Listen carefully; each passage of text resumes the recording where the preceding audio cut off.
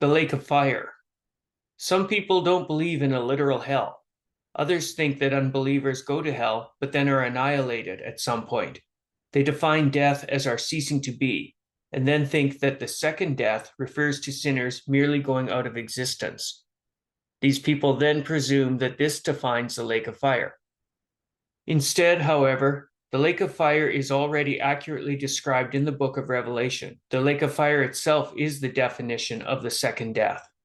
Jesus in the Gospels famously speaks more of hell than he does of heaven, and teaches more about hell than does anybody else. But even if we did not have his teachings, we ought to be able to glean enough from the closing apocalypse to clear up such fantasies about this eternal punishment. Reading from Revelation 14, verses 10 through 11, "If anyone worships the beast and its image, and receives a mark on his forehead or on his hand, he also will drink the wine of God's wrath, poured full strength into the cup of his anger, and he will be tormented with fire and sulfur in the presence of the holy angels and in the presence of the Lamb. And the smoke of their torment goes up forever and ever, and they have no rest, day or night. These worshippers of the beast and its image, and whoever receives the mark of its name. These are clearly human beings who have disobeyed God.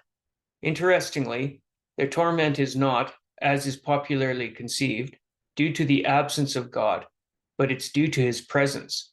God is in heaven to the believer, but God is in hell to the unbeliever. God himself is the raging fire. Who can stand on his holy mountain in his presence? Only the believer wrapped in righteousness. But where are these humans who are suffering this torment in the presence of the Lamb? That question is answered in Revelation 19, verses 19 and 20. "And I saw the beast and the kings of the earth with their armies gathered to make war against him who was sitting on the horse and against his army.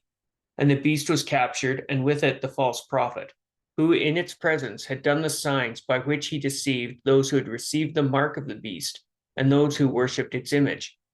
These two were thrown alive into the lake of fire that burns with sulfur." In Revelation 19, we see that the beasts are cast into the lake of fire.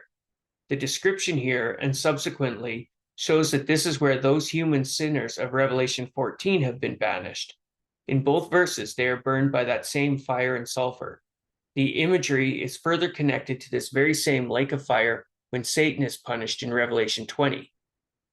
Revelation 20, verse 10, 14, and 15.